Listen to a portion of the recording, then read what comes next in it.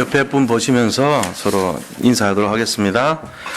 그리스도는 완전하고 충분하고 모든 것입니다. 네. 참 지혜를 회복합시다. 성령 충만합시다.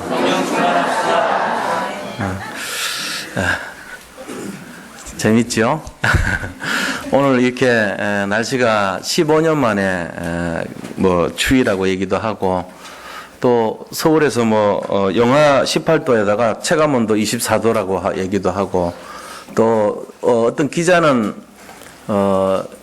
63 아니고 지금 우리 옆에 짓고 있는 롯데월드 공사 현장에 가가지고 온도를 쟀더라고요. 그랬더니 123층 높이에서 이렇게 딱 온도를 재고 있으니까 영하 28도예요. 근데 거기서 공사를 해요, 인부들이. 그러니까 그분들 표현에 의하면은 냉동고에 들어가면 따뜻하다고 얘기를 하더라고. 맞잖아요. 9도나 따뜻하니까. 그러니까 얼마나 추웠겠어요. 그걸 보면서 전 지구상 모든 곳이 지금 한파가 들이닥치고 어렵습니다. 경제도 힘들지만 실제적인 이 기후가 굉장히 이렇게 추워진 그런 상태죠. 그러다 보니까는 우리가 마음도 위축이 되고, 또 여러 가지 이제 조금 긴장도 되고 그런 모습을 보이고 있습니다. 오늘 이렇게 추운 날씨인데도 불구하고 여기 예배를 마음에 두고 이렇게 승리하신 것 자체가 정말 최고의 그런 응답이고 축복이라고 생각합니다. 정말 승리하셨습니다. 예. 오늘 말씀을 나누려고 하는 것은요, 예수님은 우리를 위해서 십자가에서 모든 죄를 다 용서해 주셨다는 것입니다. 예수님께서 예수님의 피로 말미암아 우리가 다 용서를 받았습니다. 그거를 이제 속량 받았다 그러죠. 속량이란 것은 주님이 값을 치러줬다 이 얘기가 되는 거예요. 우리가 치러야 될 값을 예수님께서 오셔서 치러주신 것을 속량이라 그럽니다. 대속이란 말을 하는데, 대속이란 것은 대신 갚아줬다 이런 뜻이에요. 속이란 갚을 속자거든. 그러니까 우리 죄값을 예수님이 대신 갚아주고 우리는 죄가 없다 이렇게 만들어준 사건이란 말이에요. 그러니까 참 감사가 회복돼야 되겠죠. 예수님이 우리에게 하신 것이 아무런 우리는 한 것이 없는데 우리가 하나님의 큰 사랑을 받은 그런 존재라는 거죠. 그러니까 이 하나님으로부터, 그리스도로부터 받은 이 사랑에 빚진 자라는 거죠. 우리가 이제 이 그리스도의 큰 사랑을 받고 빚을 졌는데, 오늘 내용이 뭐냐면은 이처럼 우리가 빚진 이전의 과거의 그런 삶에서 벗어나서 지금은 빛의 자녀가 됐고, 우리는 빛의 열매를 맺어야 되는 인생이 된다는 거예요. 빛의 자녀니까 빛의 열매를 맺는 인생이 돼야 되겠다는 것입니다. 자, 그럼 빛의 열매를 맺기 위해서는 어떻게 해야 되냐 하는 걸 알아야 되겠죠. 빛의 열매를 맺는 인생이 되려면은 어떤 방향을 알고 내용을 알고 있어야 되잖아요. 그죠? 그러니까 금년 이제 2016년이 딱 시작이 됐는데, 금년 한 해 우리가 정말 응답을 받는 인생이 되려면은 뭔가 이런 방향과 내용을 알아야 될 거 아닙니까? 예를 들어 지금 이제 어려움이 있고 여러 가지 문제가 놓이는 사람들이 있을 수 있거든요. 그런데 그거를 풀어나가는 방식과 방향을 모르면 이걸 어떻게 해결해야 되지? 어떻게 이거를 인도받아야 되지? 모를 수 있잖아요. 그래서 그런 부분들에 대한 거를 이제 우리가 알려면 어떻게 해야 되냐 하는 부분에 대한 내용이에요. 그래서 그런 내용이 되려면은 우리가 복음으로 가득한 열매가 가득한 인생 되면 됩니다. 결론은. 만약에 복음이 우리 인생에 충만하다면은 그 내용이 그것이 바로 오늘 말씀하신 것처럼 지혜 있는 자가 되는 거예요. 복음이 가득한 삶이 바로 지혜 있는 삶이에요. 이런 삶이 되어서 세상을 아끼라는 거예요. 세상을 아끼라. 우리가 같은 세상에 시간이 주어지는데 하루가 똑같이 주어지잖아요. 저번에도 말씀드렸지만 하루는 24시간이잖아요. 분으로 하면은 1440분이죠. 거기다가 초를 곱하면은 86,400초라는 시간이 우리한테 동일하게 주어져요. 그럼 하루에 아침에 눈을 딱 뜨면 하나님이 우리한테 다 같이 똑같이 시간 가져가라 하고 이제 딱 주는 거예요. 얼마씩 주냐면은 24시간씩 다 가져가라 하고는 우리는 받아요. 그런 절차는 안 해요. 나도 몰라. 근데 눈 뜨면은 24시간이 와 있어요. 내 계좌에는 24시간이라는 시간이 딱 들어와 있다니까요. 내 통장에 보면은 24시간이 매일매일 하루도 빠짐없이 차곡차곡 들어가 있어요. 근데 이 시간은 쌓이는 시간이 아니고 안 쓰면 날아가는 게 시간이 이게. 그러니까 이 시간을 우리가 써야 돼요. 근데 이제 어떻게 쓰는가 하는 건데 다 썼죠. 지금까지 나는 가끔씩 몇 시간씩 안 쓸 때가 있어. 이런 분 있습니까? 태어나셔가지고 지금까지 오면서 나는 가끔씩 시간을 안 쓸 때가 있어. 이런 분 있어요? 없어요. 주무시든지 놀든지 뭘 하든지 그 시간 다 채웠기 때문에 여기 앉아 계신 거예요. 다 써왔다니까요. 단 한 번도 빠짐없이 다 시간을 써왔어요. 나는 한 시간 안 쓴 적도 있는데 라고 말하는 사람 거짓말 하는 거예요. 다 썼어요. 24시간. 그런데 그 24시간을 내가 헛되게 썼냐 알차게 썼냐 이것 차이란 말이에요. 지금 헛되게 쓴 것도 있죠. 알차게 쓴 것도 있고.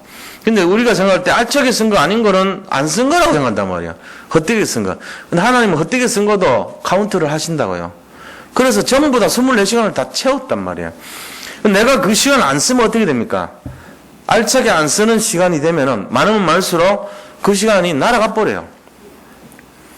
그래서 결과가 어떻게 되냐면은 어떤 사람은 빛의 열매를 맺는데 어떤 사람은 어둠의 열매를 맺어버려요. 진짜로 그 시간을 알차게 보내는 시간이 많을수록 빛의 열매가 많아지는데 예수님 안에 있는 사람이 자꾸만 이 빛의 열매를 안 맺고 헛된 열매를 향해서 달려갔다면 그 사람은 어둠의 열매를 맺겠죠. 그 1년이 지났을 때 우리가 연초에 생각했던 거하고 다르게 응답이 달라졌다면 분명히 이 양쪽의 극단적인 모습 속에서 차이가 난 인생을 살았을 것입니다. 한쪽은 빛의 열매로 삶을 살았을 것이고 한쪽은 어둠의 열매의 삶을 살았을 것이에요.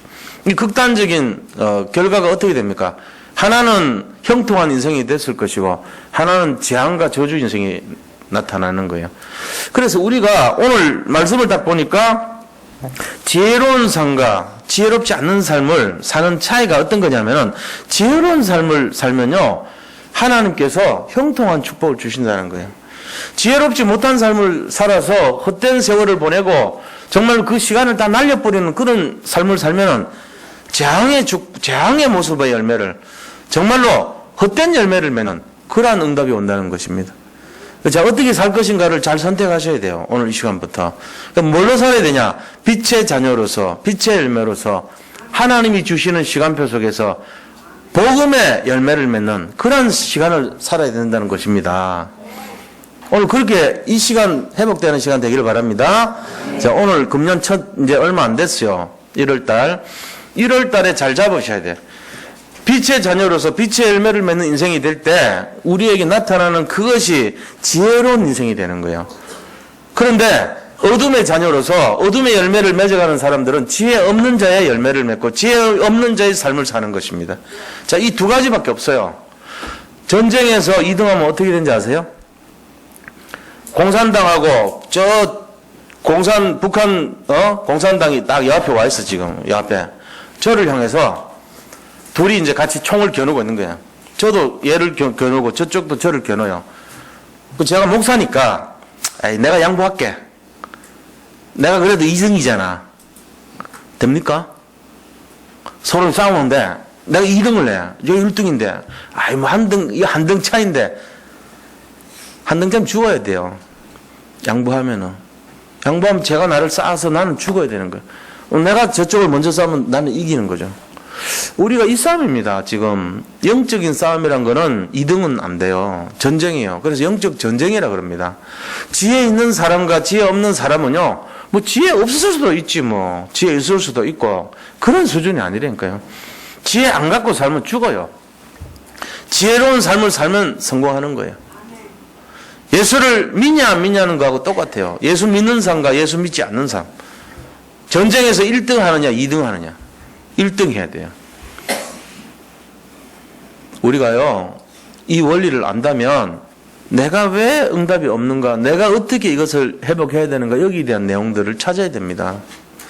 성경에는 그것을 계속 얘기합니다.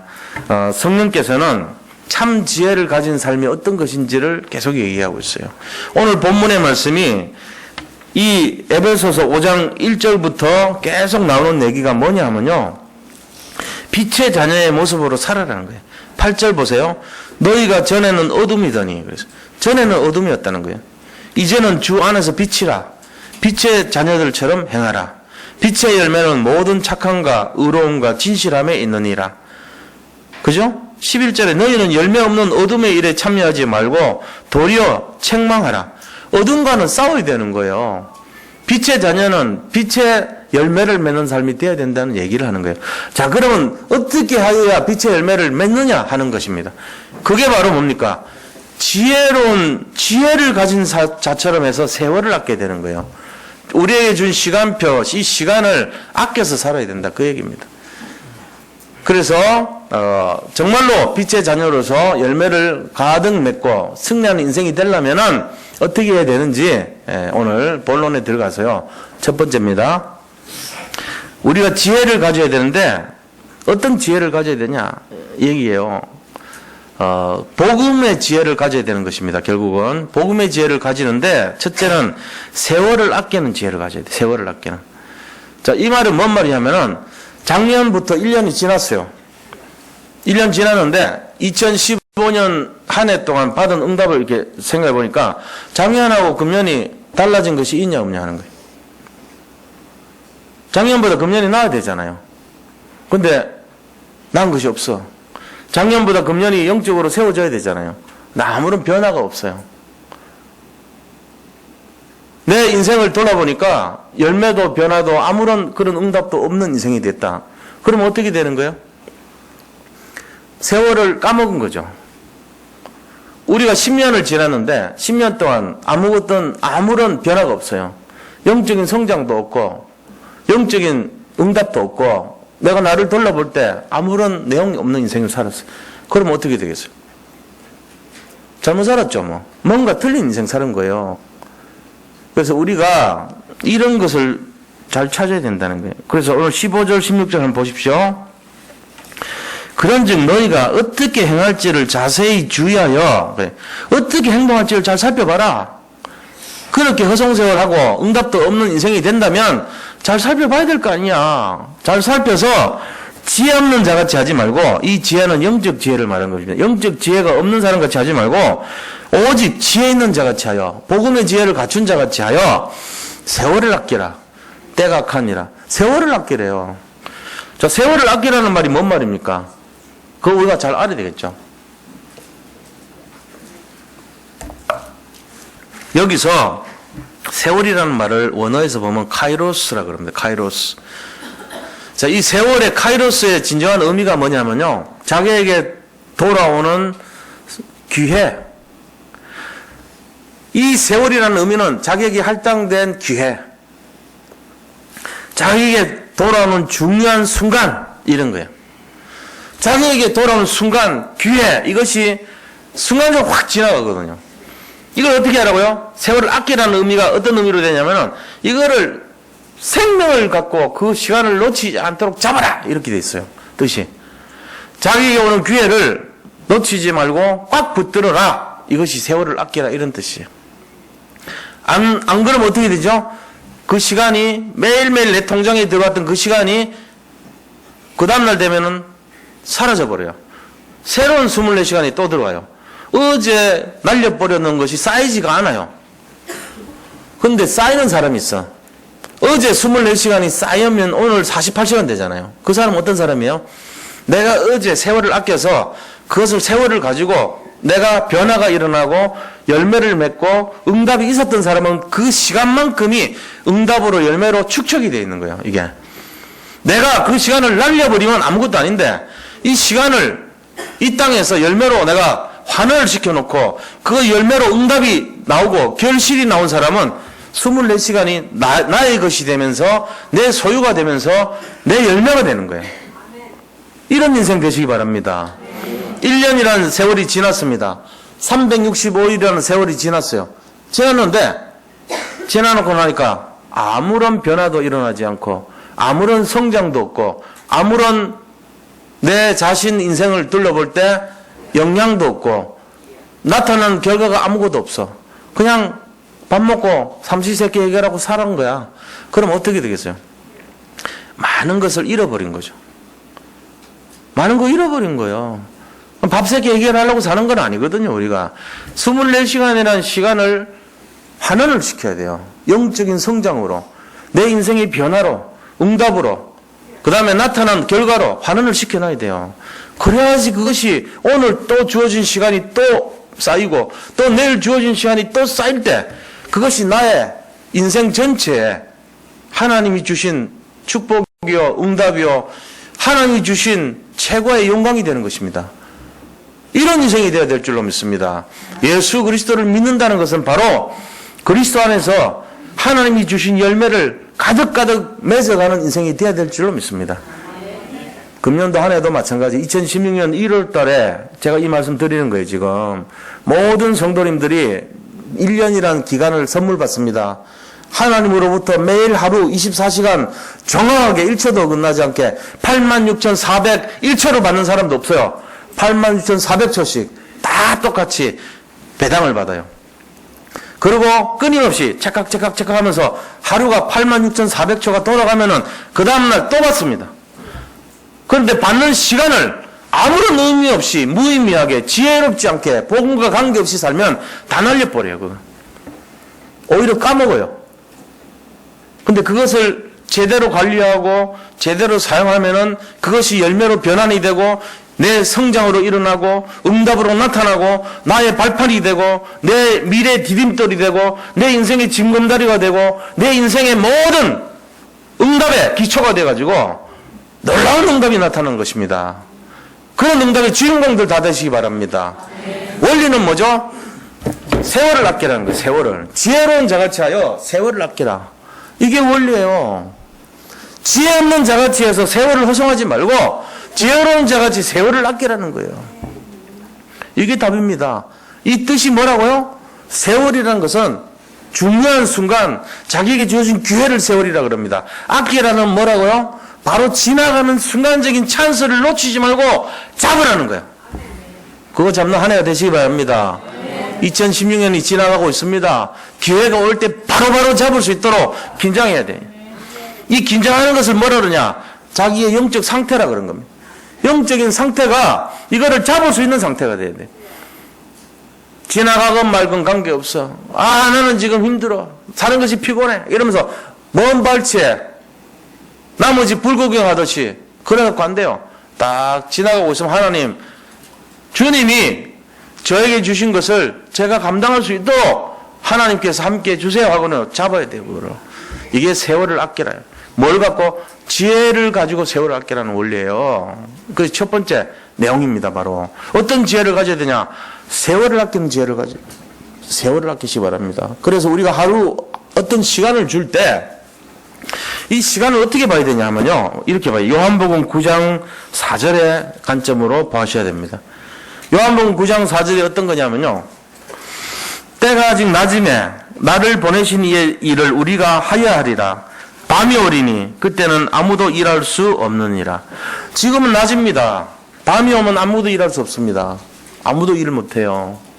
지금은 낮이라는 말은 뭔 말입니까? 지금은 바로 우리가 은혜 받을 만한 때고, 지금은 우리가 예수 믿어서 정말 그 힘을 사용할 만한 때고, 지금은 구원의 날이고, 지금은 하나님이 역사하는 시간표고, 이런 의미를 가진 거예요.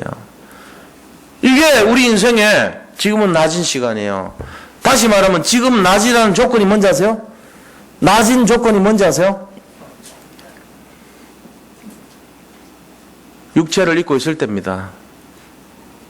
이 몸뚱아리를 입고 있을 때 이게 낮이에요. 이 육체를 벗어나면요, 그때 다 알지만 할 수 없어요. 우리가 그때 가면 천국도 알고 지옥도 알고 후회도 하고, 아, 예수 안 믿은 거 후회된다.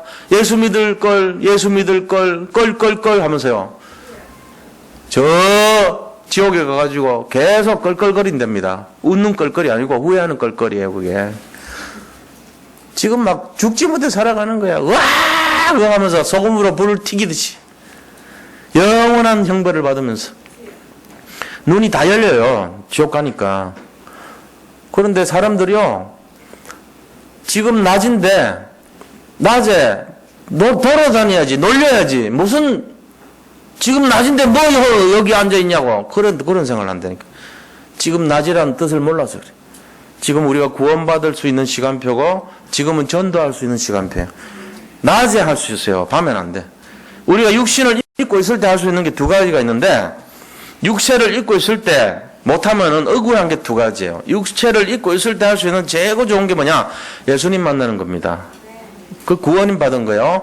그래서 예수 만나서 구원받는 거예요. 그다음 두 번째가 뭐냐? 다른 사람 살리는 겁니다. 이것도 우리가 죽으면은 영은 돌아다니는데 알아도 전도 못해요. 그래서 천사는요, 우리가 너무 부럽대요. 천사가. 그래서 천사가 우리 인간을 얼마나 부러워하는지 흠모한다 그래서 흠모. 너무너무 깊이 사랑한단 말이야. 인간을 부러워한다 그래. 사람을 너무 부러워한대요. 이유가 뭔지 아세요? 자기들은 전도하고 싶어. 자기들도. 자기도 뭐 너무너무 전도하고 싶은데 전도는 육체를 입고 있을 때만 하는 거예요. 육체를 벗어나면 전도 못해요. 그럼 지금 낮일 때 전도하세요. 구원은 다 받아서 앉아 있잖아요. 여기 앉아 있는다는 것은 구원 받았다는 증거예요. 그래도 구원의 확신 없는 분들도 구원 받았어요. 그러니까 여기 앉아 있는 거예요. 그런데 전도하는 것은 어떻게 해야 되냐? 전도라는 것은 지금이 낮이기 때문에 내가 이 방향 맞춰야 되겠다 하는 걸 알아야지 하는 거예요. 주로 뭐 합니까? 전도 안 하고. 전도하는 것보다는 이제 사람들 많이 하는 게 그냥 종교 생활합니다. 전도 생활을 하는 것이 아니고 종교 생활합니다. 종교 생활이 어떤 것이죠? 전도라는 거는 나하고는 좀 관계없어라고 생각하는 생활을 종교 생활이라고 그래요. 전도 안 하고 나머지 하는 생활 모든 게 종교 생활이에요. 전도하면요, 그때는 종교 생활 아니에요. 전도 생활이에요. 신앙 생활에는 두 가지 모습이 있습니다. 하나는 전도 생활이 있고 하나는 종교 생활이 있습니다. 지금 뭘 하고 계십니까? 여기 계신 분들은 다 종교 생활 하십니까? 종교 생활 하면은 뭐가 없냐면은 상급이 없어요. 상급. 전도자에게는 반드시 상급이 있다 그랬어요. 근데 그 상급을 받고 싶지 않는 사람들은 종교 생활 하시면 됩니다. 평생 그렇게 하시기 바랍니다. 상관없이 구원은 받으셨어요. 그런데 전도와 관계없는 생활 하시는 분들은 종교 생활 하는 거예요. 그래서 가능하면은 뭐 해야 되냐? 전도 생활 하시기 바랍니다. 전도 생활이 그럼 뭔가? 그게 바로 말씀 중심으로 살고요. 기도하면서 살고, 그다음 다른 사람 영혼을 살리기 위해서 그렇게 살고, 이게 이제 전도 생활이에요. 그러니까 우리가 신앙생활에는 두 가지가 있어요. 전도 생활이 있고 종교 생활이 있다. 나는 어떤 부류에 속해 있는가? 내가 이렇게 살아도 되겠는가? 이렇게 살면 한 해가 지나도 변화가 없다는데 종교 생활은 변화 없습니다. 한 해 지나도 성장하지 않습니다. 왜요? 늘 그 모양으로 사는 거예요. 그 상태로. 이렇게 되면 안 되잖아요. 그래서 뭘 해야 되냐면은 우리가 진짜로 전도의 생활로 방향을 정하고 뜻을 정하고 살아가야 돼요. 그렇게. 제가 지금 이 교회에서 하려고 하는 것이 종교생활 하는 데서 전도생활 하는 분들로 다 변화되도록 그렇게 하고 있는 거죠. 제 말 들으면 좀 기분 나쁠 거예요. 내가 이토록 신앙생활하고 이토록 주님 헌금하고 헌신하고 방향 맞췄는데 목사님 꼭 왜 저렇게 얘기를 해야 되냐? 라고 생각할지 모릅니다. 그러나 그런 게 아닙니다. 진짜 본질을 알아야 돼요. 신앙생활에는 두 종류 있습니다. 전도하는 생활하고 종교생활이 있습니다. 종교생활 해갖고는 변화도 없고 응답도 크지 않습니다. 물론 있긴 있어요. 그러니까 그렇게 살면은 억울하잖아요. 같이 24시간 매일매일 통장에 들어오고 365일이 한 번도 빠짐없이 1년마다 우리한테 와서 지금까지 앉아 있는데 그거를 종교생활 하면서 보내는 어리석은 생활을 해서 하나님이 지혜 있는 자 같이 세월 아끼라 이러는데 그 지혜를 가지지 못하고 종교생활하는 지혜 없는 자 같이 돼가지고 변화도 안 되고 응답도 안 되고 성장도 안 되고 이러면 안 되잖아요. 그러니까 지혜 있는 자 같이 내가 이 종교생활 하면 안 되고 전도생활 해가지고 지혜를 가지고 세월을 아껴야 되겠다. 이 중요한 순간 이 기회를 놓치지 않고 사람 살릴 때 살리고 정말로 우리가 복음 전할 때 전하고 그다음에 사람 세울 때 세우고 사람을 도울 때 도우고 이런 거 해야 되잖아요. 그래 되시기 바랍니다. 그 모든 성도님들이 진짜 본질 핵심 전도 생활하는 쪽으로 방향을 맞추시기를 축원드립니다. 그게 진짜란 말이에요. 그래서 장로님들이 필요하고 중직자들이 필요해요. 이 일에 방향 맞추게 하려고.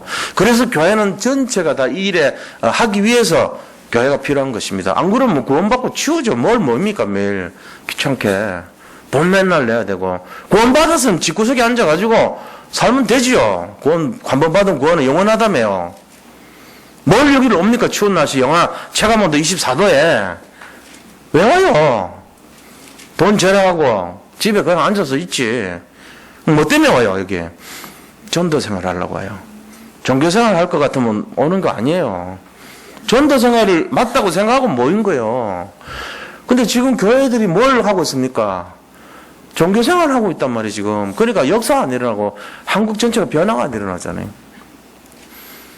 진짜 전도하는 생활 중심으로 제대로 교회가 인도받으면요 여기 계신 분들 최고 응답 받습니다. 오늘 제가 그 얘기를 좀 하려는 거예요. 그래서 지금은 낮이니까 낮에 해야 될 일이 뭐냐? 낮이란 것은 육체를 입고 있을 때 살아있을 때가 낮입니다. 인간의 낮은 육체를 입고 있을 때가 낮입니다.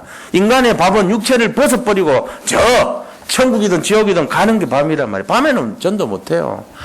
낮일 때 지금은 일할 만한 때니까 우리가 해야 되는데 두 가지 일 해야 돼요. 반드시 해야 될 것 구원받아도 되고 또 반드시 해야 될 것 전도해야 됩니다. 내가 구원받은 것 같이 다른 사람도 살리는 걸 말하는 거예요. 이 두 가지 일이 우리가 낮일 때 해야 되는 내용입니다. 마태복음 25장 달란트 비유가 나옵니다. 예수님께서 이 땅에 오셔가지고 사람들에게 한 달란트씩 맡기고 갔습니다. 어떤 사람은 5달란트 남기고 어떤 사람은 2달란트 남기고 어떤 사람은 땅에 묻어놨습니다. 돌아와서 마태복음 24장 21절에 보니까 5달란트 남긴 자에게는 예수님 뭐라 했습니까? 잘했도다 착하고 충성된 조가 네가 작은 일에 충성하였으니 내가 큰 일을 맡기겠도다. 너가 나중에 천국 잔치에 참여할 것이다. 이렇게 축복합니다. 그런데요 1달란트 땅에 묻어놓은 사람 보고는 뭐라 합니까? 가지고 있던 것을 뺏어버려요. 뺏어가지고 그 사람을 어디로요? 밖에 악하고 게으른 종아 바깥 어두운 곳으로 내쫓아버립니다. 그 사람이 밖에 나가서 뭐합니까? 아이고 억울해 아이고 억울해 그러면서요 땅을 치고 통곡하면서 억울해 하면서 내가 뭘 잘못했어 내가 뭘 잘못했다고 모릅니다. 이를 갈면서 슬피 울며 이를 갈았더라 그래서 자기 잘못해서 신정을 안 해요. 똑같이 내가 교회에 앉아 있었고 똑같이 헌금 냈고 똑같이 예배 드렸고 똑같이 다 했는데 누구는 산삼 먹고 누구는 뭐 무번냐? 이게 뭐야 나는? 이렇게 말한 거랑 똑같아. 이를 갈며 슬피 울며 이를 갈았더라. 이게 뭐죠? 아이고 억울해 뭐 내가 잘못한 게 뭐야? 이런 거랑 똑같아. 땅에 묻어놓은 거예요. 5달란트 달란트 받아가지고 땅에 묻어놨어요. 장사 안 하고. 내가 뭘 잘못했는데? 잘못한 것도 몰라. 어떤 사람들에게 부서를 맡기고 어떤 사람들에게 직분을 맡겨놨어요. 어떤 사람은 자기가 시키지도 않았는데 그 일을 자꾸 계속해가지고 2달란트 남기고 3달란트 남기고 5달란트를 남겼어요. 어떤 사람은요 딱 직분 거의 모셔가지고 집에다가 딱 모셔놔. 집에 모셔놓고 1년 동안 먼지가 쌓일 때까지 아무것도 안 해. 1년 뒤에 와서 주인이 하니까 그 직분 그대로 들고 와가지고 아무것도 한 것이 없는데 갖고 있어 소중하게 싹 만지면서 슬피 울며 밖에 쫓기니까 슬피 울며 이를 가면서 내가 잘못한 것이 뭐야 내가 직분 받고 그대로 움직이지도 않고 그대로 고이고이 간직했는데 내가 뭘 잘못했어 잘못한 것도 몰라. 예를 들어 교회에 어떤 직분이 있잖아요. 여러 가지 직분이 많잖아요. 지금 다 맡겼습니다. 전부. 지금은 낮이니까 일해라. 지금은 정말 일할 만한 때다 그러고 직분 다 맡겼습니다. 그리고 1달란트씩 다 그 직분 맡겼어요. 1년 뒤에 갔다 오니까 어떤 분들은요 매일 와가지고 그거를 떼 빼고 강내고 뭐하고 하면서요 시키지도 않았는데 그 부서가 막 부흥이 됩니다. 그래가지고 막 남들이 누가 보더라도 이게 막 체계가 있고 응답이 있고 전도를 하는 조직으로 바뀌어 있고 종교 생활하는 사람이 없어지고 변화가 막 일어나는 거예요.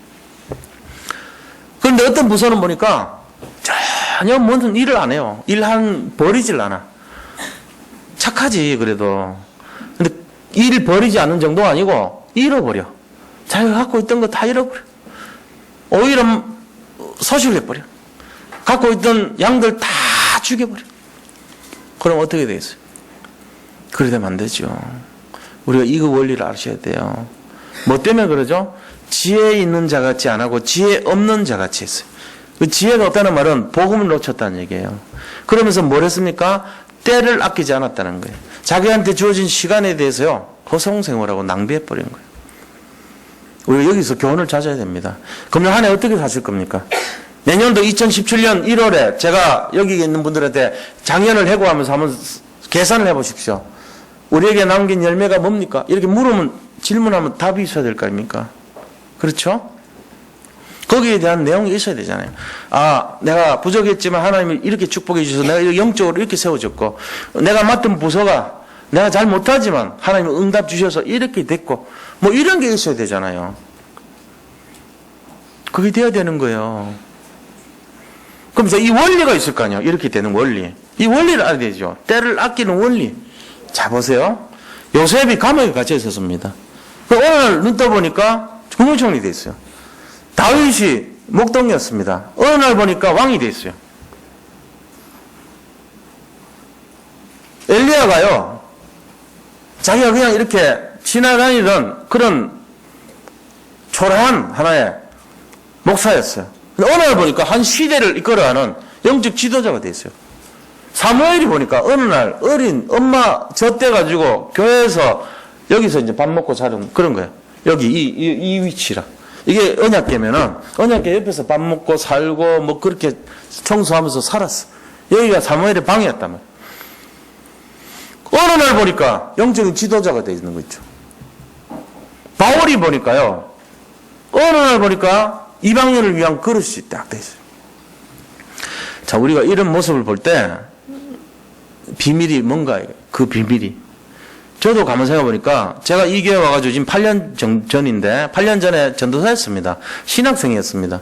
8년 전에 신학생이 5년 전에 목사 돼가지고 지금 5년째 위임 목사 됐습니다. 그리고 한 교회에, 우리 교회 사실은요, 이 교회는 입당식을 해도 되는 입장이에요. 헌당식을 해도 돼요. 그 말은 뭐냐면은 하나님께 이 교회를 바칠 수 있는 자립교회가 된 거예요. 말하자면. 미자립교회가 아니고 자립교회가 된 거예요. 우리 교회가 된 거니까. 등기부에 우리 교회 명의로 되고 등기부 대표로 제 이름이 들어가고 그렇게 됐습니다.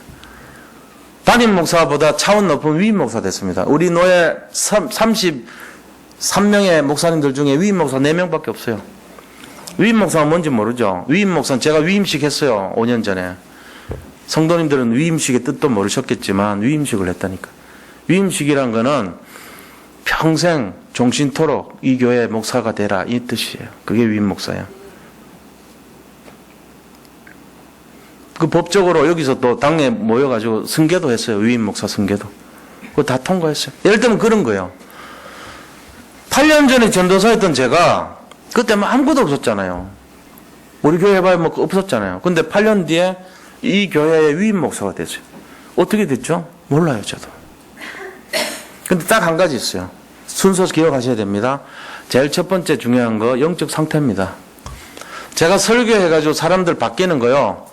은혜 받고 뭘 어떻게 하고 뭐 응답이라 그러고 아무런 소용없어요. 설교했고 사람 안 바뀝니다. 설교로 사람 바뀌는 게 아닙니다. 그럼 언제 바뀝니까? 설교 이후에 성령이 그 사람하고 계산해가지고 바꾸는 거예요. 뭘 바꿔요? 그 사람의 내면의 영적 상태를 바꾸는 거예요. 설교가 바꾸는 게 아니고 설교 이후에 그분 내면에 있는 영적인 상태가 바뀌는 거예요. 뭘로 바뀌어요? 아, 내가 이렇게 살아면 안 되겠다. 내가 좀 달라져야 되겠구나. 내 종교 생활을 하고 있구나, 내가. 아, 내가 진짜 전도 중심으로 바꿔야 되겠다. 이런 걸 깨닫는 게 바뀌는 거예요. 영적인 상태가 바뀌는 거예요. 그 다음에 뭐가 오죠? 영적 상태가 바뀌면 흐름이 바뀝니다. 그 사람 속에 맨날 불신앙 흐름 나오고 맨날 불순종의 흐름이 나왔다면 복음의 흐름으로 바뀌는 거예요. 예를 들어 목사가 돼가지고 예를 들어 여기서 막 성도들한테 막 좋은 얘기 막 하고 시커니 해놓고 집에 가가지고 흐름이 아이 짜증나 맨날 돌아오면서 할 때마다 집구석이 왜 이래 청소도 안 해놓고 산오라라고 하는 게 맨날 게을러가지고 아이 짜증나 그게 내 모습이거든. 나 한 번도 그런 적 없어요. 우리 서인이 있는데 애 앞에서 하는 소리인데 조금은 있었을지 모르지만 대부분 안 그랬습니다. 제가 전혀 없다 그러면 거짓말 하는 거예요. 있겠죠. 저도 왜 없겠어요. 근데 그런 정도는 아니에요. 제 영적 상태와 제 영적 흐름입니다. 그런데 만약에 중직자분들이나 만약에 우리 부교육자님이나 아니면 전도사님들이 자기 혼자 있을 때 죽겠어 하지 마요. 짜증나 진짜. 죽겠어. 그 사람 미워 죽겠어. 그게 그 사람의 상태라면 그 사람의 흐름이 어떻게 되겠어요? 안 좋은 흐름 나와요. 그 사람이 아무리 복음의 말을 하든 흉내를 내는 척 하지만 열매 보면 뻔합니다. 똑같은 사람 나옵니다. 그 사람에게 1년 양육받은 사람의 상태는요, 똑같이 이상하게 닮아 있습니다. 짜증나. 죽겠어. 짜증나. 죽겠어. 짜증나. 죽겠어. 여기 계신 분들 얘기하는 겁니까, 제가? 그럼 그게 제 상태라니까. 그렇지 않을 거예요. 왜? 제가 여기서 설교한 상태가 여기 성도님들의 상태예요, 사실은. 목사가 바꾸는 건 아닌데 성령이 그렇게 역사해버려요. 닮아가요, 그게. 그래서 우리가 영적인 상태가 바뀌는 거예요. 설교 주제는요, 중요하지 않아요, 어떤 면에서. 근데 바뀌는 거는 내면의 영적 상태가 바뀌는 거예요. 거기서부터 뭐가 나옵니까? 불신앙이 꺾이는 영적 흐름으로 나와요. 그럼 제대로 응답받은 거예요. 여기서 막 웃겨서 응답받는 게 아닙니다. 여기서 무슨 좋은 예화를 들어서 응답받는 게 아니에요. 여기서 뭘 가르친다고 응답받는 게 아니에요. 그런 게 아니라니까요. 그 기대하면 안 돼요. 제가 여기 계신 분들을 막 설득해가지고 변화될 거 기대하면요, 저는 단 한 명도 변화시킬 수 없습니다. 그런데 변화되는 건 누가 하냐? 성령이 하십니다. 100%. 하나님이 하시는 거예요. 뭘 바꿉니까? 그 사람의 영적 상태를 바꿉니다. 거기서부터 영적 흐름이 바뀌는 거예요. 그 다음에 오는 것이 뭐죠? 영적인 축복이 당연히 옵니다. 뭐로 돼요? 영적 축복이? 죄인이 국무총리가 돼요. 그 다음에 목동이 왕이 돼버려요. 젖먹이가 영적 지도자가 됩니다. 그 다음에 살인자가 완전히 이스라엘 전체 통치자가 됩니다. 그 다음에 뭡니까? 이방인을 쫓아다니는 그 바울이요, 나중에는요, 이방인의 빛이 돼버립니다. 사람들을 살리는 그릇이 돼버립니다. 제가요, 8년 전에 진짜 별 볼 일 없는 일개 아무런 아닌 전도사였는데, 지금 그래도 하나님이 이 장소의 담임 목사로, 위임 목사로 하는 거는 저로 봐서는 기적이에요, 이거는. 그렇잖아요. 우리가 이런 내용들을 알아야 됩니다. 이거를 목표로 했습니까? 다윗이 왕이 되려고 했습니까? 아니면은 요셉이 국무총리 되려고 했습니까? 그러면 응답 없습니다. 그게 아니에요. 나도 모르게 주어진 24시간을, 세월을 아끼고 그냥 복음의 상태로 영적인 상태만 바꾸고 영적인 흐름만 바꿨는데 축복이 딱 와 있어야 돼요. 그래 되시기를 축원드립니다. 금년보다는 다른 내년이 되시길 바랍니다. 내년보다는 훨씬 나은 내후년 되시기를 축원드립니다. 그래 될 줄로 믿습니다. 그래서 여러 가지 문제 사건이 있을 거예요.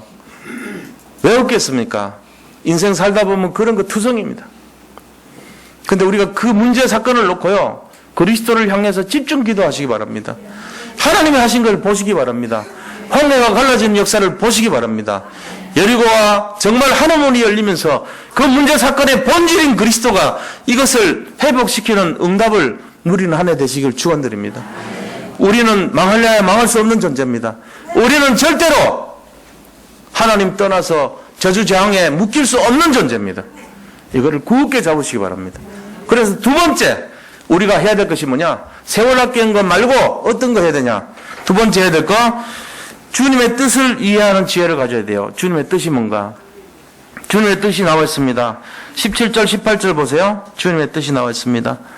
그러므로 어리석은 자가 되지 말고 오직 주의 뜻이 무엇인가 이해하라 해놓고는 그 주님의 뜻이 나와요.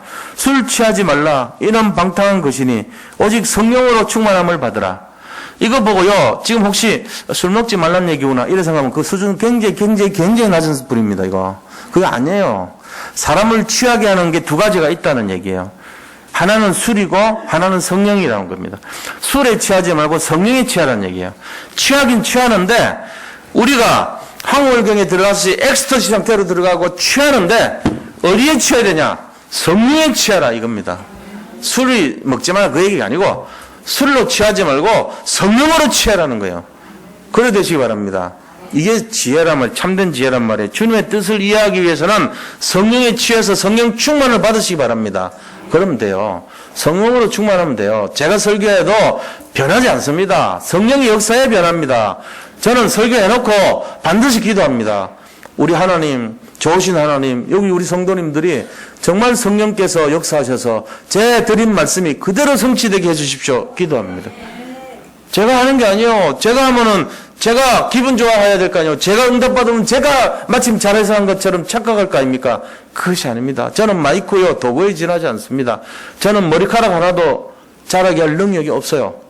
저는 여기 계신 분들의 문제와 내용을 해결할 수 있는 능력이 아무것도 없습니다. 심지어는 제 문제도 제가 해결할 수 있는 능력이 없습니다. 제 질병도 제가 고칠 능력조차 없습니다. 그런데 왜 남의 질병을 고칠 수 있습니까? 이유는 뭐죠?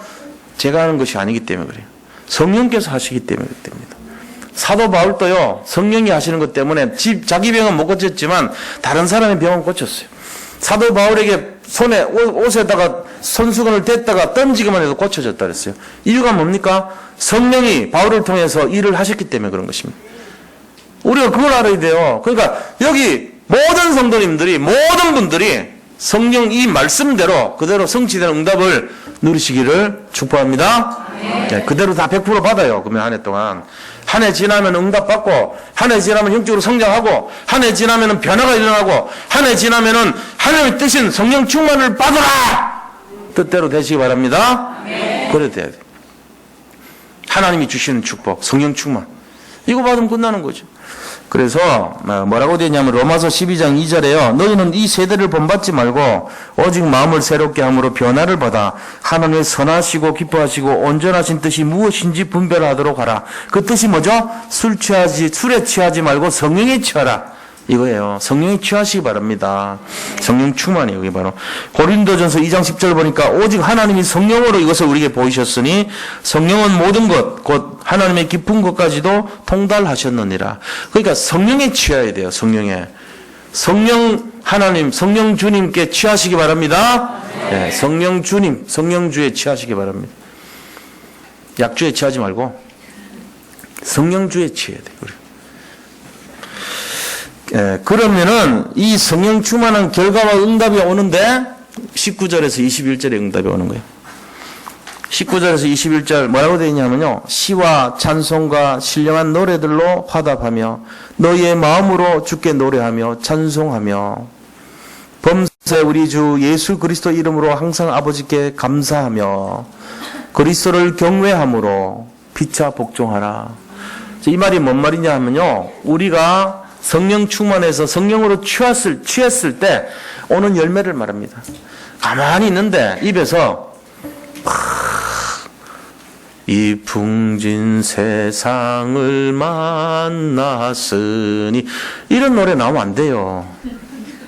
그런 건 노래 나오면 안 된다고. 그럼 뭐 나와야 돼요? 나의 갈 길 다가도록 예수 인도하시니 이런 거 나와야 돼요. 시와 찬송과 화답과 감사와 경외함이 나와야 돼요. 이게 바로 성령이 주시는 평안함과 응답과 축복의 증거입니다. 아침에 아까도 얘기했지만요. 딱 7시 반 예배 끝나고 목양실에 앉아 있는데 옆방 부교육자실에서 찬송 소리가 딱 들리더라고요. 그 찬송 소리가 우리 유양현 목사님 아마 부르신 소리 같아요. 자기 혼자 이렇게 쫙 조용한 가운데 찬양을 드리는데 제 마음에 참 아름다운 선율을 느꼈어요. 그 영적 상태를 내가 봤다고. 참 귀한 우리 목사님이시구나. 찬양을 드리는 거예요. 하나님 앞에. 그게 뭐 말할 게 뭐 있어요. 내가 목사님께 뭘 더 이상 기대를 하고 바라겠어요. 그거면 됐지.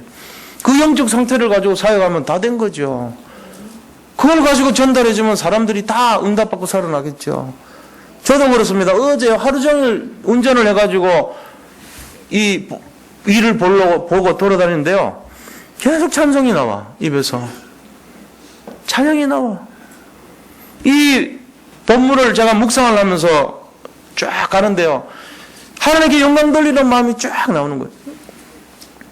우리가 그 마음입니다. 성령에 취하면요, 이 풍진 세월을 만났으니 그런 게 아니고요. 하나님께서 모든 것을 책임진다는, 오직 그리스도께서 나를 인도하신다는 그 찬양이 나올 줄로 믿습니다. 그거 나와야 돼요. 입에서 나오는 말이 짜증나 죽겠어. 아이 짜증나. 아이 신경질나. 아이 못 살고. 아이 죽겠어. 뭐해서 죽겠어. 이래서 죽겠어. 저래서 죽겠어. 그 영적 상태입니다. 신앙생활 20년 한 권사님 입에서 나오는 소리가 그렇다면 그분은 새로 시작해야 돼. 종교인이에요, 그거는. 그 사람 상태를 가지고 사람 살리겠어요, 과연? 그렇게 짜증나고 그렇게 죽겠는데 자기부터 살려야지. 우리가 자신 잘 살펴보셔야 돼요. 내가요, 지금 어떤 상태인가가 중요한 거예요. 여기 계신 분들이 지금 설교 말씀 듣고 은혜 받아봐야 소용없어요. 지속 안 되면은. 은혜 받아가서 뭐 할 건데요? 나가자마자 싸울 건데, 주차하면서 싸우고, 집에 가서 싸우고, 아이들하고 싸우고, 뭔 짓을 해요, 그걸. 뭔 기대가 돼요? 그런 사람이 일주일 동안 몇 명을 살리겠어요? 사람들 보는 사람마다 시험 주고, 보는 사람마다 거치는 자가 되고, 저 사람 때문에 예수 안 믿어. 이런 가슴에 못이나 받고 앉아있지. 진짜 중요한 거는 내가 영적 상태를 바꾸는 거예요. 믿음이 좋다는 게 뭡니까? 평상시에 내 마음속에 하나님을 찬양하고 그리스도가 함께하는 그 사람이 진짜 믿음 좋은 거예요. 평상시에 짜증이 많고 신경질이 많고 죽겠다고 얘기하고 안 되는 거 얘기하고 불신앙이나 얘기하는 그 사람이 신앙생활 익숙해가지고 종교생활 익숙해가지고 교회생활 익숙해가지고 나타나는 모습이 뭐 그리 대단해 보여요. 저는 별로 대단하게 안 보입니다. 그런 모습. 저는 별로 그렇게 대단하게 안 보입니다. 진짜로. 그건 종교 행위예요. 종교 행위. 진짜는 뭐냐? 그 사람의 영적 상태를 말하는 거예요. 교회를 섬기고 교회를 아끼고 목회자를 섬기고. 난 우리 장로님들 때문에 어떨 때 보면요, 진짜 마음이 찡할 때가 많아요. 너무너무 감사해서. 어른들이니까 다르죠. 마음 쓰는 거 한 구석 한 구석 모든 내용들이 다 다릅니다. 중직자분들이 교회를 섬기는 모습 볼 때마다 너무 막 어떨 때 보면 너무 감사한 마음이 들어요. 가만히 말 안 하죠. 저는 칭찬 안 합니다. 목사가 그 일일이 어떻게 칭찬합니까? 뭐 어떻게 일일이 수고했다 그럽니까? 그냥 당연한 듯이 바라봐야죠. 그러나 속으로는 딱 해서인데 나는 그분들의 그 중심을요, 내가 이러 보면서요, 제가 이런데 하나님 어떻게 저분을 보실까 할 때가 많아요. 그 막 전부 이렇게 섬기고 어려운데 추운데 와가지고 청소하고 또 닦고 쓸고 어떻게 하든지 간에 말라지 않아도 가꾸고 이렇게 하잖아요. 뭘 해갖고 합니까? 알아서 합니다. 본인들이 그래 한단 말이에요. 그래 이 교회가 지금 다 이렇게 거의 마무리가 돼가지만 곳곳 구석구석이 다 그런 손으로 모여가지고 이렇게 깨끗하고 아름답게 된 줄로 믿습니다. 그런 마음들이 필요한 거예요. 우리가 이게 열매입니다. 그래서 뭐냐? 세 가지 얘기인데 시와 찬송과 노래와 마음으로 노래하고 찬송하고, 이 첫째 하나님을 찬양한다는 말이에요. 두 번째는요, 감사하셔야 돼요. 감사. 그러면 세 번째는요, 경외. 하나님을 사랑하는 걸 말이에요. 주님 사랑할 때는 좀 두려워하면서 사랑해야 돼요. 옛날에 우리 아버지 할 때 우리는 아버지가 엄해서요, 아버지 제일 좋아했지만 좋아하면서 무서운 마음도 있어. 그게 경외심이에요. 아버지 이쁘다고 아버지한테 수염을 이렇게 옛날에 만지도록 하니까 아이고 이뻐라 아이고 이뻐라 하니까 나중에 수염을 다 뽑았다 그러잖아요. 진짜 그게 효도인 줄 알고. 그걸 키우면 안 되죠. 아버지를 무서워하면서 공경하는 그 마음이 필요한 거예요. 하나님을 그렇게 해야 돼요. 이 세 가지를 기억하시기 바랍니다. 이게 열매예요. 그래서 오늘 말씀을 정리하자면 이런 겁니다. 우리가 지혜를 가져야 되는데 어떤 지혜냐? 첫 번째 지혜는 세월을 아끼는 지혜. 그래서 금년 한 해 동안 주어진 24시간은 금년 하루 동안 오늘 하루 주어진 시간, 금년 한 해 동안 주어진 시간을 아끼세요. 아껴서 내년에는 응답으로 열매로 그것이 환원이 돼가지고 그것이 다 내 것으로 만들어져야 돼. 그거 다 버리고 이렇게 하면 안 되고 그런 한 해가 되셔야 되고요. 두 번째는 하나님의 뜻인 술에 취하는 것이 아니라 성령에 취하는 한 해가 되시기 바랍니다. 그래서 감사가 회복이 되고 찬양이 회복이 되고 그 다음에 이 경외감, 하나님을 사랑하는 마음이 회복되는 그런 한 해가 되기를 축복합니다. 예. 그래서 이제 결론을 말씀드리면 첫째는 영적인 상태를 살피시기 바랍니다. 내가 지금 어떤 상태인가?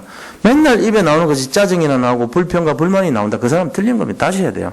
그게 아니고 내가 가만히 있는데 감사가 나오고 가만히 있는데 찬송이 나오고 가만히 있는데 복음을 사모하고 이러면 그 상태 된 거예요. 두 번째요. 영적인 흐름을 바꾸세요. 술에 취하지 말고 성령에 취하라 그랬습니다. 성령 충만으로 바꾸시기 바랍니다. 세 번째 뭐냐? 참된 기쁨, 평안, 감사가 넘치는 신앙생활을 하시기를 축원드립니다. 이 세 가지가 결론이에요. 그래서 오늘 받은 말씀 생각하면서 우리 한 해 동안 응답받을 것 생각하면서 같이 한번 기도하겠습니다. 하나님 감사합니다. 정말 참된 지혜를 회복하여서 우리가 성령에 취하는 인생이 되게 하시고 세월을 아끼고 정말로 하나님을 경외하며 하나님께 찬송과 영광을 돌리는 영적 상태가 되고 영적 흐름으로 모든 것을 변화시켜 주옵소서. 예수 그리스도 이름으로 기도드립니다. 아멘.